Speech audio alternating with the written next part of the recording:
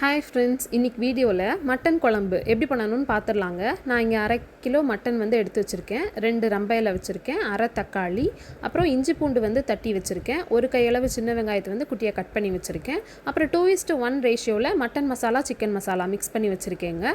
அதுக்கப்புறம் அரைப்புக்கு தேவையான 3 சில்லு தேங்காவும் ஒரு 10 முந்திரி பருப்பும் வச்சுருக்கேன். அப்புறம் ஒரு பெரிய வெங்காயத்தை பொடியாக கட் பண்ணி வச்சுருக்கேன். அப்புறம் இது எல்லாமே ஹோல் ஸ்பைசஸ், நம்ம பிரியாணி இலை, பட்டை, கிராம்பு, ஏலக்காய், ஸ்டார் அனீஸ், சோம்பு அதெல்லாம் இருக்கும்ல, அந்த ஐட்டங்கள்லாம். இப்போது எப்படி பண்ணுறதுன்னு பார்த்துடலாம். ஸ்டவ் ஆன் பண்ணிக்கோங்க. ஆன் பண்ணிவிட்டு மேலே ஒரு குக்கர் வச்சுக்கோங்க. குக்கர் நல்லா காஞ்சதுக்கப்புறமா அதில் தேவையான அளவு எண்ணெய் சேர்த்துக்கோங்க. எண்ணெய் நல்லா சூடானதுக்கப்புறமா எடுத்து வச்சுருந்தோம்ல ஹோல் ஸ்பைசஸ், அதை உள்ளே சேர்த்துக்கோங்க. சேர்த்துட்டு அதெல்லாம் நல்லா ஃப்ரை ஆகி வந்ததுக்கப்புறம் சின்ன வெங்காயம், பெரிய வெங்காயம் ரெண்டும் கட் பண்ணி வச்சுருந்தோம்ல, அதை இப்போ உள்ளே சேர்த்துக்கோங்க. வெங்காயம் வதங்கிறதுக்கு தேவையான அளவு உப்பும் இப்போ சேர்த்துக்கோங்க. சேர்த்துட்டு நல்லா ஃப்ரை பண்ணி விடுங்க. இந்த மாதிரி நல்லா ஃப்ரை ஆகி வந்ததுக்கப்புறம் ஒரே ஒரு பச்சை மிளகாவை உடச்சி சேர்த்துக்கோங்க. சேர்த்துட்டு இஞ்சி பூண்டு தட்டி வச்சுருந்தோம்ல, அதையும் இப்போ உள்ளே சேர்த்துக்கோங்க. சேர்த்துட்டு இஞ்சி பூண்டோட பச்சை வாசனை போகிற வரைக்கும் நல்லா ஃப்ரை பண்ணி விடுங்க.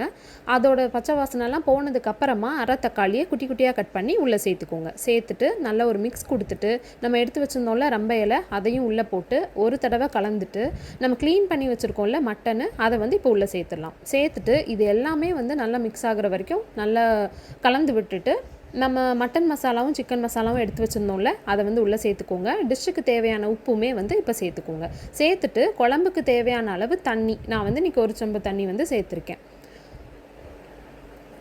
தண்ணி நல்லா சேர்த்துட்டு நல்லா கொதி வந்ததுக்கப்புறமா நீங்கள் குக்கருக்கு லிட்டு போட்டு விசில் வச்சு எடுத்துக்கோங்க. நான் 5 விசில் விட்டேங்க. 5 விசிலுக்கு அப்புறம் எனக்கு நல்லா வெந்து வந்துருச்சு. நீங்கள் இதோடையே கூட ஸ்டாப் பண்ணலாம். நான் அரப்பு சேர்ப்பேன்ல, அதனால் தேங்காயும் முந்திரி பருப்பும் அரைச்சி அதையும் உள்ளே சேர்த்துட்டு ஒரு 2 மினிட்ஸ் அது நல்ல மசாலா கூட பிளெண்ட் ஆகி வர வரைக்கும், அது மிக்ஸ் ஆகிற வரைக்கும் விட்டுட்டு அவ்வளோதான். ஸ்டவ் ஆஃப் பண்ணிவிட்டு கொத்தமல்லி கீரை போட்டு இறக்குனீங்க அப்படின்னா சூப்பரான மட்டன் குழம்பு ரெடி. கண்டிப்பாக அந்த ரெசிபி ட்ரை பண்ணி பாருங்கள். எப்படி வந்துச்சுங்கிறத கமெண்ட்ஸில் சொல்லுங்கள். வீடியோ பிடிச்சிருந்தா லைக் பண்ணுங்கள். சேனலை சப்ஸ்கிரைப் பண்ணிக்கோங்க. தேங்க்ஸ் ஃபார் வாட்சிங். பை.